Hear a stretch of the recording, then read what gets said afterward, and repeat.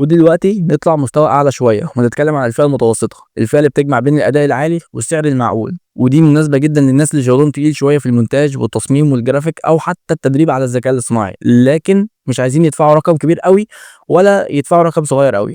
خلينا نحدد مع بعض المواصفات اللي لو لقيتها في اللابتوب تعرف فورا انك داخل في الفئه دي.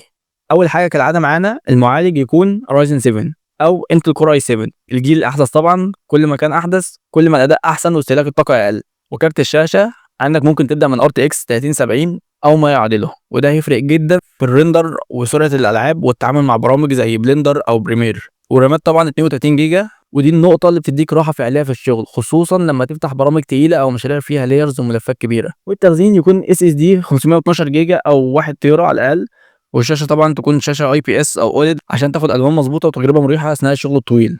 والمواصفات دي تعتبر نقطة التوازن المثالية بين السعر والأداء، واللي بتخليك تشتغل براحتك على أي مشروع تقيل من غير لا تهنيج ولا سكونة مبالغ فيها.